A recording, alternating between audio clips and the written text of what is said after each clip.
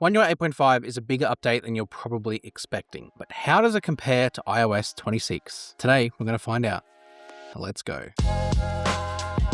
iOS usually seems to be the benchmark that all operating systems get compared to. I guess for good reason. It kind of did set the benchmark early, and everyone's kind of been following ever since. And that kind of creates this notion that everyone seems to copy Apple. Well, with oneui 8.5, I can certainly see where that narrative can come from, because there's a lot of iOS inspiration in here. But it's more than just that. There's a lot of areas that I want to compare that I think actually showcases these two operating systems as closer than they've ever been before, but also further apart than they've ever been at the same time. So there's customization, there's Galaxy AI, and there's stuff like the interaction and the UI elements that I kind of want to cover as well. But for me, customization is where it all starts, because that's the big change that oneui 8.5 has made, especially around the quick panel. There's no denying it. Samsung's new quick panel in 8.5 has taken design cues from iOS 26, or just iOS in general. When you have the control center and the quick panel open side by side, it's painfully evident that that's the case. There's subtleties that differ them, but it's not much. But I will go into them anyway. When you hit that edit icon on the Samsung and the plus icon on the iPhone, you can see the toggles, the icons, how similar they are in terms of their function, but also their presentation. Apple do make it a little bit simpler or a little bit more fluid when it comes to resizing things. Take the music player, for example. Apple give you a few more options other than just it taking up the entire width of the screen. It can be put into a different square, and it can be resized in different ways. Samsung's one is still a little bit stiff in its customization. It can either be really big, or it can be really like medium, and then when it's not in use, it's small, but you kind of don't have control over that when it's not in use, only when it is in use. Parallel to that though, Samsung do give you more options when it comes to things like the volume slider, and also the brightness slider. Apple's is fixed. Samsung can at least go either horizontally or vertically. All the toggles pretty much can be resized in both. I have found Apple's to be a little bit smoother in how it can be resized. Like if you've got something that is in a spot and you resize it, everything shuffles around to suit. Samsung's isn't like that. You will move it and it will kind of just force things away. But if you move it back, it doesn't bounce it back to where it was. Whereas Apple's, if you don't like where it was and you drag it back, everything reshapes to the way it was before. And it does it a lot smoother, I will say. Both give you the option to delete things and add extra controls or re-add controls back in, should you want to. In the add controls area, Apple do give you a handy little search bar to find what you're looking for. Samsung haven't added that in yet. Not sure why, but it's not there. You have to scroll endlessly to find what you're looking for. Within the quick panel on Samsung, there is an extra area that you can hide toggles away, and then you can expand it out when you need to. That was kind of the original idea of how the quick panel worked, that little area. Now it's just an extra addition, and you cannot remove it. You can just add things or remove things, and you can resize how big or small that window is. You can take things out, add things in, and again, resize it. Apple require you to add a whole extra page of toggles, should you wish to add more toggles in. Samsung, you just keep adding, and then it will only make the quick panel as large or as long as what the toggles are. Whereas with Apple, you've got that whole extra page and it kind of just looks blank. Adding that extra page, I found complicates how you swipe the control center away. If it's only got one page in the control center, it's very easy to swipe up and it disappears. With two, that doesn't work. It thinks you're just trying to change pages as opposed to swiping it away. You have to make the very intentional thing of going to the home area and swiping all the way up from the bottom. Samsung, you just swipe up and it's gone. So whilst iOS 26 has a more polished feel about its control center, a more visual-like preference for some people, I still prefer oneui 8.5. Shock. To get to the control center with Apple, you still need to go all the way to the top of the screen and swipe down. It's still a problem. There's no shortcut to it. There's only one way to get to it. With Quick Panel, you can get there from the notification panel. And you can get to the notification panel just by swiping anywhere in the middle of the screen on the home screen and then swipe across. It's a much easier way of getting to the quick panel and the toggles versus needing to almost drop your phone to do it. That just wins it straight away for me. Then there is the home screens. This is where you really notice the separation between oneui and iOS. Not even 8.5. It's just a complete platform difference in how they approach it. oneui 8.5 kind of hasn't changed too much from oneui 8. There's some extra things around folders with Home Up that gives you the chance to resize folders to be a little bit bigger and sort of change their shape and size. But other than that, it's pretty much as it was. Apple, well, They've even actually made it worse in iOS 26 because you cannot remove the dock whatsoever. The worst part about iOS 26 when it comes to home screen customization is there is no way to change the grid size.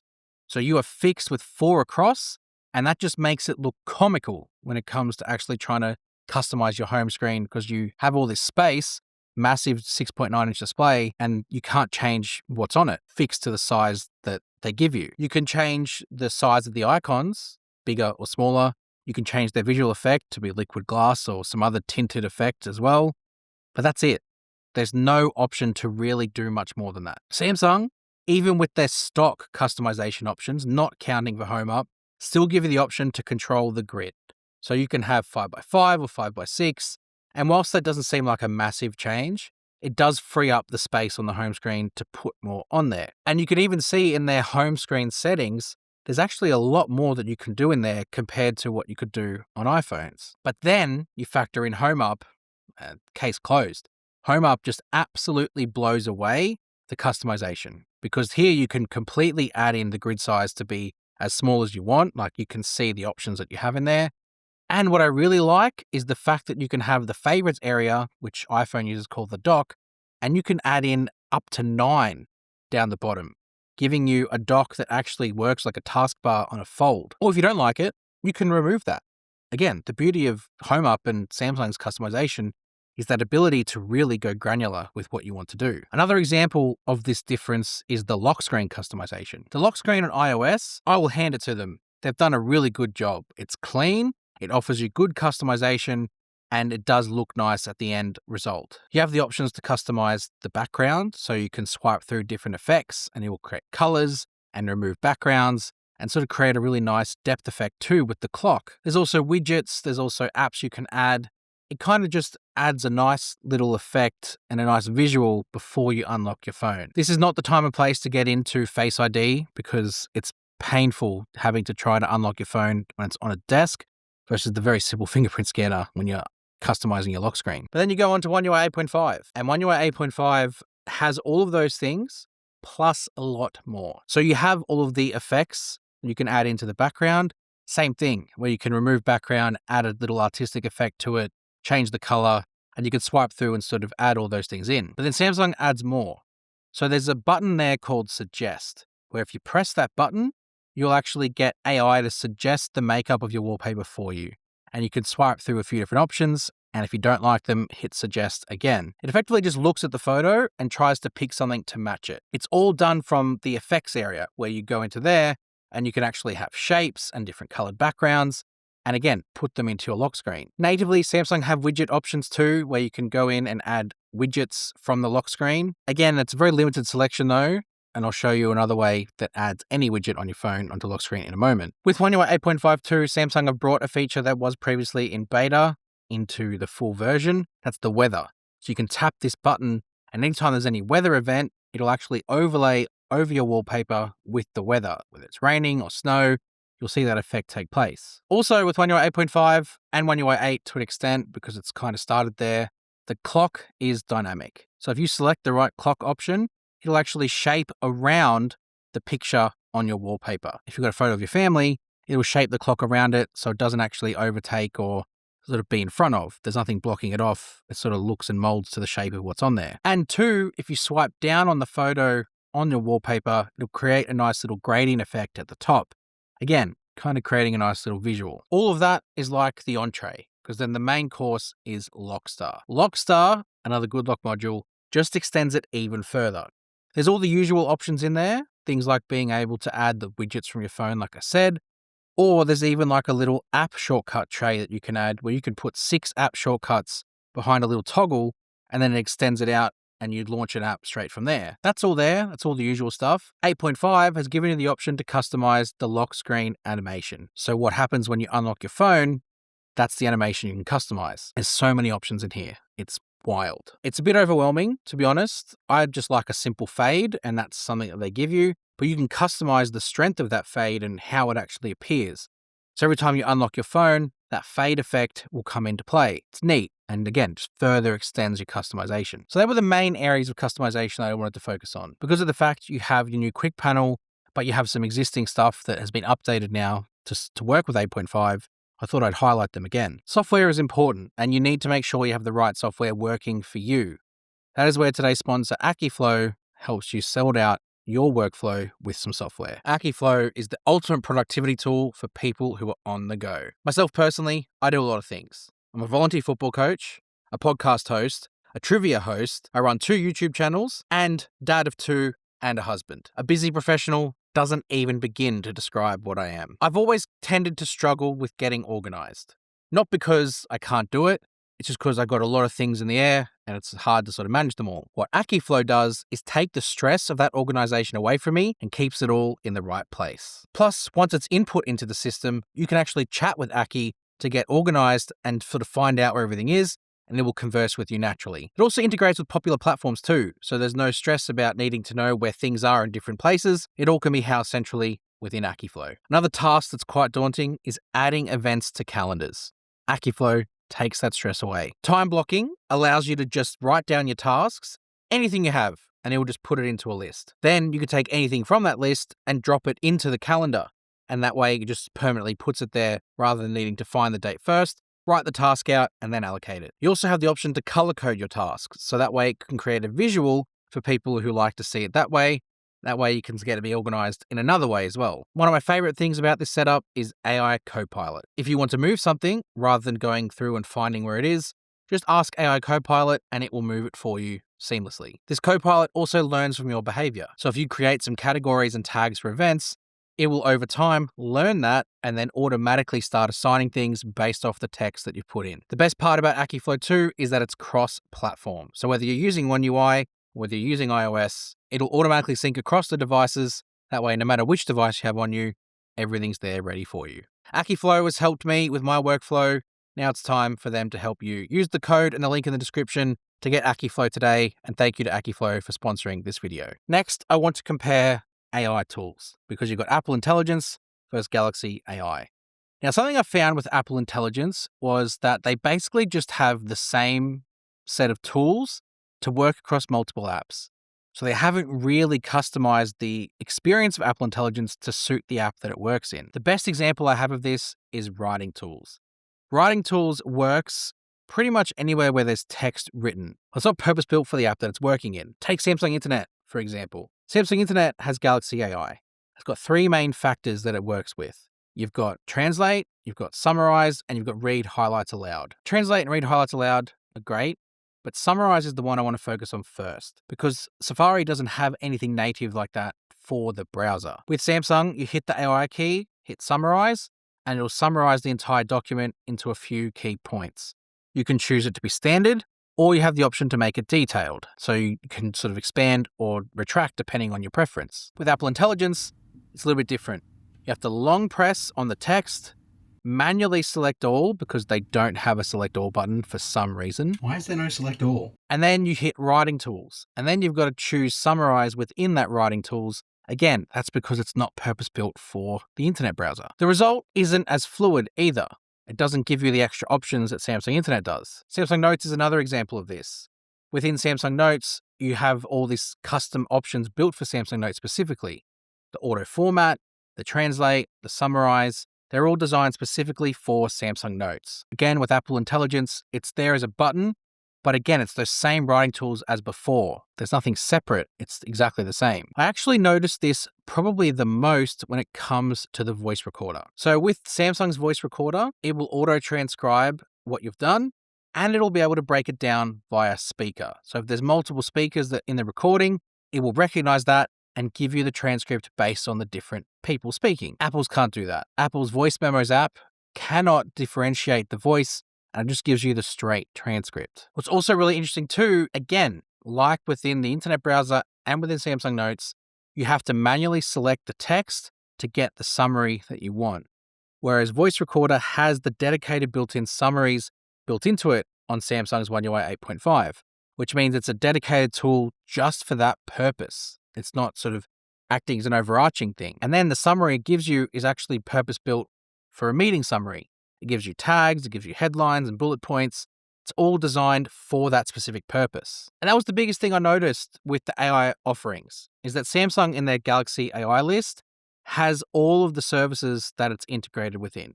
And it's all purpose built for that specific function. Apple Intelligence, they've really only curated the writing tools, and they just basically spread it out and sprinkled it across all of the apps and services that they wanted it to work with. It's not custom built, it's not purpose built, it's trying to be a one size fits all. I did compare as well the drawing assist versus image playground, and what I found is they were actually very similar in what they do. The image playground is kind of more centered around like real cartoony. You've got the Genmoji, I think they call it, that they've got as part of there, which is buried deep in Samsung settings somewhere in the Messages app, because again, it's built specifically for that purpose. But the two functions, those two things are very similar. You've got the themes that you can create, you've got the description you can write, and you've got the pictures that you can upload to kind of match to the description and serve as inspiration. The thing that Image Playground doesn't have is Drawing Assist, where you can actually use the S Pen to draw something and then turn that into your image that you'd like. But both services give you the option to download to your phone, so they're much of a muchness, and if you're interested in that sort of thing, they both have it pretty much one-to-one. But where the mismatch really steps into it is generative edit versus AI cleanup. So I just went through and did a few scenarios. So I wanted to see what it was like at removing things, like a messy room, and then I also wanted to see what it was like at maybe making things bigger, and then also show some of the unique stuff about Galaxy AI and its generative edit tool versus Apple with cleanup that doesn't have anything. Starting with the removal of stuff from a messy room, I chose the kids' playroom because, well, it's got a lot of stuff in there and it's all over the floor. I started with Apple's cleanup and I just started rubbing things out from the floor. And it does it quite quickly. Not that it does it great, but it's pretty much instant. Once you rub it out, it sort of removes it from the picture. But it doesn't really actually recreate what it's covering up. It just sort of brings and borrows from another part of the photo and tries to smooth it over. Doesn't look very good. Galaxy AI, you do select everything in a very similar way and it will instantly sort of remove them, but then you have to generate it. That's because it's cloud-based and phone-based together, whereas Apple Intelligence with its cleanup is just on device. But the result is just staggeringly bad on the iPhone, to the point where I don't understand why anyone could use this, because it doesn't work very well. With Samsung and Galaxy AI, you can keep editing. So once you've reached the limit of 15 things to remove, you can actually hit keep editing and keep going. So if you wanted to remove the ottoman, for example, you can remove it. It was funny to see the difference in the ottoman on iOS 26 and the ottoman on oneui 8.5. oneui 8.5 completely recreated that whole area and made it look natural, and iOS 26 with cleanup, well, it didn't. And then the good thing with Samsung too is you can go back to a previous version. If you want that ottoman back in play, you can sort of go back to the version where it was there and then edit from that point. The next one to test out was the one that went viral a little bit, I think it was last year, where you cover your face and then try and have AI recreate it. Again, Galaxy AI did much better. I'm not too sure about the chin that it created, but at least it actually removed my hand and tried to recreate it. Apple Intelligence, at first, it couldn't do anything because it said the area was too big. And then it applied this protection blur to make it look like I'm a criminal or hiding something. Yeah, I don't know why anyone would need that. Oh, but it did that instead of actually doing what I wanted it to do. I then took it to a photo of the lounge room, and this is where I was able to try a couple of different things. So at first, it was just straight removal, the cushions in the corner and the little lounge for the kids. Apple Intelligence couldn't remove it at all. It just recreated or did something that was really, really weird. With Galaxy AI, I took this as an opportunity to test out the move and resize feature. This is where you can select an object and move it around and resize it, and then AI will try and naturally integrate it back into the photo where you've put it. Best example I got was the TV. I wanted to see what the TV would look like a lot bigger. So I made it bigger and then put it back on the wall, and then Galaxy AI made it look natural. Apple Intelligence could only remove the TV. I used that in quotation marks because, well, did it really? And again, just another string to the bow of Galaxy AI in the ability to be able to do other things. It's not all about removal of things or resizing things. Sometimes you want to add things in. So we've got this bare entryway at the moment. We've only kind of moved in a couple months ago and we don't really know what to do with this space yet.